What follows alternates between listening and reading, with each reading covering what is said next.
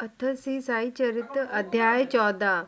नांदेड़ के रतनजी वाडिया, संत मौला साहेब, दक्षिणा मीमांसा, गणपतराव बोडस, श्रीमती तरखड़, दक्षिणा का मर्म। श्री साई बाबा के वचनों और कृपा द्वारा किस प्रकार असाध्य रोग भी निर्मूल हो गए, इसका वर्णन पिछले अध्याय में किया जा चुका है। अब बाबा ने किस प्रकार रतनजी वाडिया को अनुग्रहित किया तथा किस प्रकार उन्हें पुत्र रत्न की प्राप्ति हुई, इसका वर्णन इस अध्याय में होगा।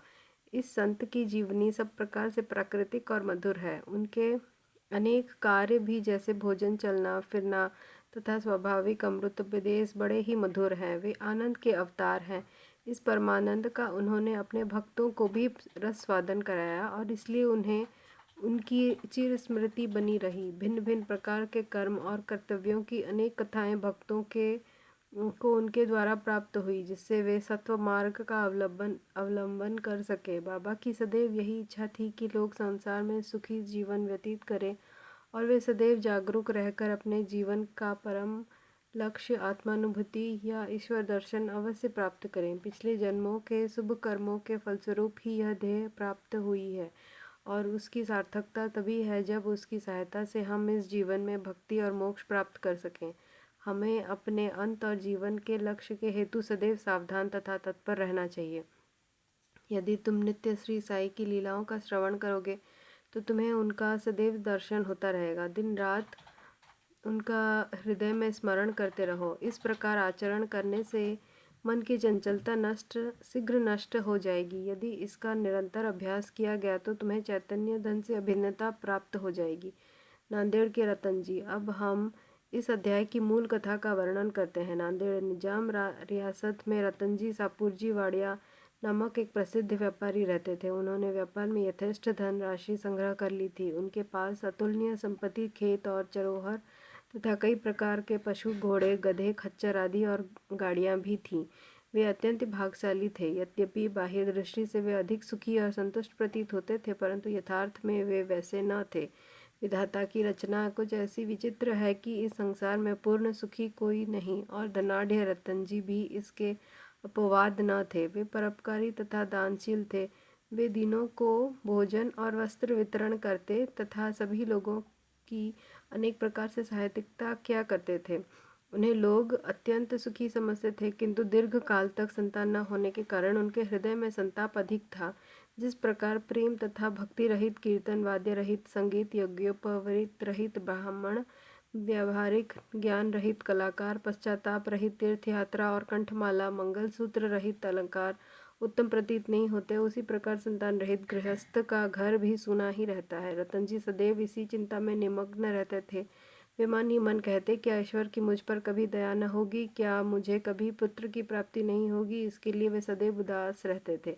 उन्हें भोजन से भी अरुचि हो गई। पुत्र की प्राप्ति कब होगी, यही चिंता उन्हें सदैव घेरे रहती थी। उनके दासगणों महाराज पर दृढ़ निष्ठा थी। उन्होंने अपना हृदय उनके सम्मुख खोल दिया। तब उन्होंने श्री साई समर्थ की शरण जाने और उनसे संतान प्राप्ति के लिए प्रार्थना करने का परामर्श दिया। रतन जी को भी यह विचार रुचिकर प्रतीत हुआ और उन्होंने शिरडी जाने का निश्चय किया। कुछ दिनों के उपरांत वे शिरडी आए और बाबा के दर्शन कर उनके चरणों पर गिरे।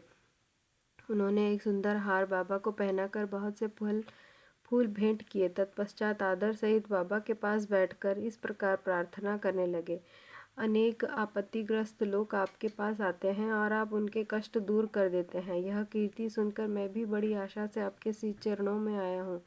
मुझे बड़ा भरोसा हो गया है, कृपया मुझे निराश न कीजिए। श्री साई बाबा ने उनसे 5 रुपये दक्षिणा मांगी, जो वे देना ही चाहते थे, परंतु बाबा ने पुनः कहा, मुझे तुमसे 3 रुपये 14 आने पहले ही प्राप्त हो चुके हैं, इसलिए केवल शेष रुपये ही दो। यह सुनकर रतनजी असमंजस में पड़ गए। बाबा के कथन का अभिप्राय उनकी समझ में न आया। वे सोचने लगे कि यह शिरडी आने का मेरा प्रथम ही अवसर है और यह बड़े आश्चर्य की बात है कि इन्हें 3 रुपये 14 आने पहले ही प्राप्त हो चुके हैं। वे यह पहेली हल न कर सके। वे बाबा के चरणों के पास ही बैठे रहे तथा उन्हें शेष दक्षिणा अर्पित कर दी। उन्होंने अपने आगमन का हेतु बतलाया और पुत्र प्राप्ति की प्रार्थना की। बाबा को दया आ गई। वे बोले, चिंता त्याग दो, अब तुम्हारे दुर्दिन समाप्त हो गए हैं।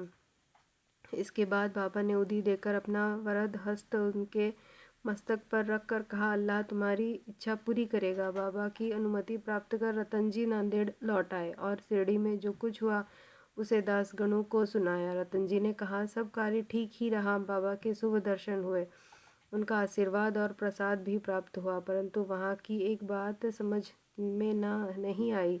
वहाँ पर बाबा ने कहा था कि मुझे 3 रुपये 14 आने पहले ही प्राप्त हो चुके हैं। कृपया समझाइए कि इसका क्या अर्थ है। इससे पूर्व मैं शिरडी कभी भी नहीं गया। फिर बाबा को वे रुपए कैसे प्राप्त हो गए जिसका उन्होंने उल्लेख किया। दासगणों के लिए भी यह एक पहेली ही थी। बहुत दिनों तक वे इस पर विचार करते रहे। कई दिनों के पश्चात उन्हें स्मरण हुआ कि कुछ दिन पहले रतन जी ने एक यवन संत मौला साहेब को अपने घर आतिथ्य के लिए निमंत्रित किया था तथा इसके निमित्त उन्होंने कुछ धन व्यय किया था। मौला साहेब नांदेड़ के एक प्रसिद्ध संत थे जो कुली का काम किया करते थे। जब रतन जी ने शिरडी जाने का निश्चय किया था उसके कुछ दिन पूर्व ही मौला साहेब अनायास ही रतन जी के घर आए। रतन जी उनसे अच्छी तरह परिचित थे तथा उनसे प्रेम भी अधिक करते थे, इसलिए उनके सत्कार में उन्होंने एक छोटे से जलपान की व्यवस्था भी की थी। दासगणों ने रतन जी से आतिथ्य के खर्च की सूची मांगी और यह जानकर सबको आश्चर्य हुआ कि खर्च ठीक 3 रुपये 14 आने ही हुआ था, न इससे कम और न अधिक। सबको बाबा की त्रिकालज्ञता विदित हो गई। यद्यपि वे शिरडी में विराजमान थे, परंतु शिरडी के बाहर क्या हो रहा था इसका उन्हें पूरा ज्ञान था। यथार्थ में बाबा भूत भविष्य और वर्तमान का पूर्ण ज्ञाता और प्रत्येक आत्मा तथा हृदय के साथ संबंध थे। अन्यथा मौला साहेब के स्वागतार्थ खर्च की गई रकम बाबा को कैसे विदित हो सकती थी। रतन जी इस उत्तर से संतुष्ट हो गए और उनकी साई चरणों में प्रगाढ़ प्रीति हो गई। उपयुक्त समय के पश्चात उनके यहाँ एक पुत्र का जन्म हुआ जिससे उनके हर्ष का पारावार ना रहा। कहते हैं कि उनके यहाँ 12 संतानें हुई जिनमें से केवल 4 शेष रहीं।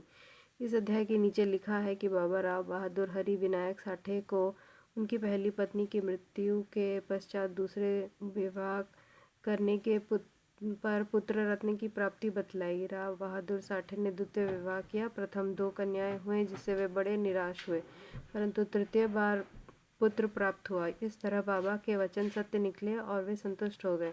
दक्षिणा मीमांसा। दक्षिणा के संबंध में कुछ अन्य बातों का निरूपण कर हम यह अध्याय समाप्त करेंगे। यह तो विदित ही है कि जो लोग बाबा के दर्शन को आते थे उनसे बाबा दक्षिणा लिया करते थे। यहाँ किसी को भी शंका उत्पन्न हो सकती है कि जब बाबा फकीर और पूर्ण विरक्त थे तो क्या उनका इस प्रकार दक्षिणा ग्रहण करना और कांचन को महत्व देना उचित था। अब इस प्रश्न पर हम विस्तृत रूप से विचार करेंगे। बहुत काल तक बाबा भक्तों से कुछ भी स्वीकार नहीं करते थे। वे जली हुई दिया सिलाइयाँ एकत्रित कर अपनी जेब में भर लेते थे, चाहे भक्त हो या और कोई।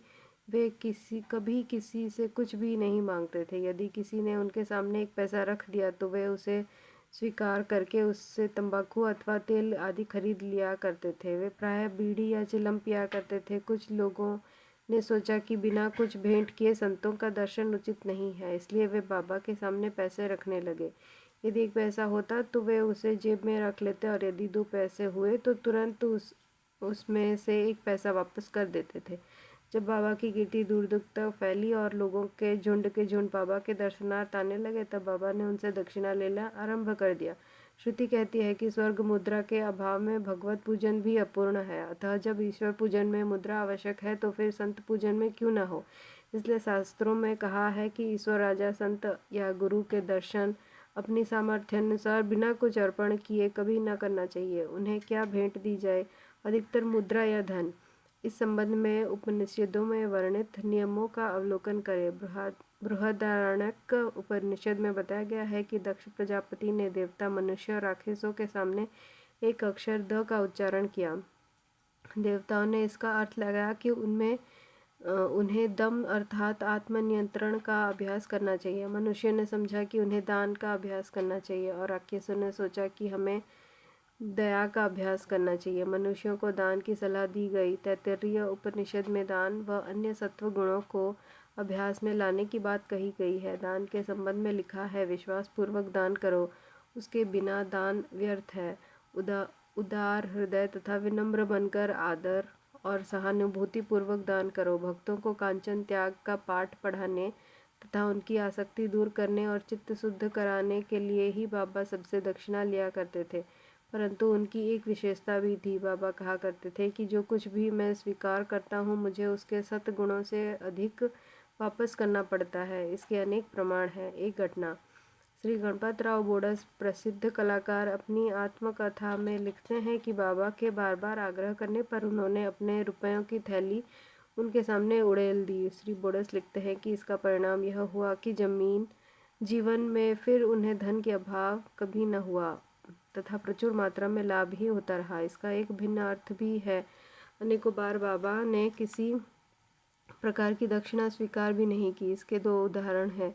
बाबा ने पड़ोसी के नारके से 15 रुपये दक्षिणा मांगी। वे प्रत्युत्तर में बोले कि मेरे पास तो 1 पाई नहीं है। तब बाबा ने कहा कि मैं जानता हूँ तुम्हारे पास कोई द्रव्य नहीं है, परंतु तुम योग वशिष्ठ का अध्ययन जो करते हो उसमें से ही दक्षिणा दो। यहाँ दक्षिणा का अर्थ है पुस्तक से शिक्षा ग्रहण कर हृदयंगम करना, जो कि बाबा का निवास स्थान है। एक दूसरी घटना में उन्होंने एक महिला श्रीमती आर के तरखड़ से 6 रुपये दक्षिणा मांगी। महिला बहुत दुखी हुई क्योंकि उनके पास देने को कुछ भी न था। उनके पति ने उन्हें समझाया कि बाबा का अर्थ तो सड़ी पुओं से है, जिन्हें बाबा को समर्पित कर देना चाहिए। बाबा इस अर्थ से सहमत हो गए। यह ध्यान देने योग्य है कि बाबा के पास दक्षिणा के रूप में बहुत सा द्रव्य एकत्रित हो जाता था। सब द्रव्य वे उसी दिन व्यय कर देते और दूसरे दिन फिर सदैव की भांति निर्धन बन जाते थे। जब उन्होंने महासमाधि ली तो 10 वर्ष तक हजारों रुपया दक्षिणा मिलने पर भी उनके पास स्वल्प राशि ही शेष थी। संक्षेप में दक्षिणा लेने का मुख्य ध्येय तो भक्तों को केवल शुद्धिकरण का पाठ ही सिखाना था। दक्षिणा का मर्म। ठाणे के श्री बीवी देव सेवानिवृत्त प्रांत मामलतदार, जो बाबा के परम भक्त थे, ने इस विषय पर एक लेख साई लीला पत्रिका भाग 7 पृष्ठ 626 अन्य विषयों सहित प्रकाशित किया है, जो निम्न प्रकार है। बाबा हरेक व्यक्ति से दक्षिणा नहीं लेते थे। यदि बाबा के बिना मांगे किसी ने दक्षिणा भेंट की तो वे कभी तो स्वीकार कर लेते और कभी अस्वीकार भी कर देते थे। वे केवल भक्तों से ही कुछ मांगा करते थे। उन्होंने उन लोगों से कभी कुछ न मांगा जो सोचते थे कि बाबा के मांगने पर ही दक्षिणा देंगे। यदि किसी ने उनकी इच्छा के विरुद्ध दक्षिणा दी तो वे वहाँ से उसे उठाने को कह देते थे। वे यथा योग्य राशि भक्तों की इच्छा, भक्ति और सुविधा के अनुसार ही उनसे मांगा करते थे। स्त्री और बालकों से भी वे दक्षिणा ले लेते थे। उन्होंने सभी धनाढ्यों या निर्धनों से कभी दक्षिणा नहीं मांगी। बाबा के मांगने पर भी जिन्होंने दक्षिणा न दी उनसे वे कभी क्रोधित नहीं हुए। यदि किसी मित्र द्वारा उन्हें दक्षिणा भिजवाई गई होती और उसे स्मरण न रहता तो बाबा किसी न किसी प्रकार उसे स्मरण कराकर वह दक्षिणा ले लेते थे। कुछ अवसरों पर वे दक्षिणा की राशि में से कुछ अंश लौटा भी देते और देने वालों को संभाल कर रखने या पूजन में रखने के लिए कह देते थे। इससे दाता या भक्त को बहुत लाभ पहुंचता था। यदि किसी ने अपनी इच्छित राशि से अधिक भेंट की तो वह अधिक राशि लौटा देते थे। किसी से तो वे उसकी इच्छित राशि से भी अधिक मांग बैठते थे और यदि उसके पास नहीं होती तो दूसरे से उधार लेने या दूसरों से मांगने को भी कहते थे। किसी से तो दिन में 3-4 बार दक्षिणा मांगा करते थे। दक्षिणा में एकत्रित राशि में से बाबा अपने लिए बहुत थोड़ा खर्च किया करते थे, जैसे चिलम पीने की, तंबाकू और धुनी के लिए लकड़ियां मोल लेने के लिए आदि। शेष अन्य व्यक्तियों को विभिन्न राशियों में भिक्षा स्वरूप दे देते थे। शिरडी संस्थान की समस्त सामग्रियां राधा कृष्ण माई की प्रेरणा से ही धनी भक्तों ने एकत्र की थी। अधिक मूल्य वाले पदार्थ लाने वालों से बाबा अधिक क्रोधित हो जाते और अपशब्द कहने लगते थे। उन्होंने श्री नाना साहेब चांदोरकर से कहा कि मेरी संपत्ति केवल एक कुपीन और टमरेल है। लोग बिना कारण ही मूल्यवान पदार्थ लाकर मुझे दुखित करते हैं। कामिनी और कांचन मार्ग में 2 मुख्य बाधाएं हैं और बाबा ने इसके लिए 2 पाठशालाएं खोली थी, यथा दक्षिणा ग्रहण करना और राधा कृष्ण माई के यहाँ भेजना, इस बात की परीक्षा करने के लिए कि क्या उनके भक्तों ने इन आसक्तियों से छुटकारा पा लिया है या नहीं। इसलिए जब कोई आता तो वे उनसे दक्षिणा मांगते और उनसे शाला में राधा कृष्ण माई के घर जाने को कहते। यदि वे इन परीक्षाओं में उत्तीर्ण हो गए, अर्थात यह सिद्ध हुआ कि वे कामिनी और कांचन की आसक्ति से विरक्त हैं, तो बाबा की कृपा और आशीर्वाद से उनकी आध्यात्मिक उन्नति निश्चय ही हो जाती थी। श्रीदेव ने गीता और उपनिषद से घटनाएं उद्धृत किए हैं और कहते हैं कि किसी तीर्थ स्थान में किसी पूज्य संत को दिया हुआ दान दाता को बहुत कल्याणकारी होता है। शिरडी और शिरडी के प्रमुख देवता साईं बाबा से पवित्र और है ही क्या। श्री सद्गुरु साईनाथ अर्मस्तु शुभम भवतु। ओम श्री साई राम।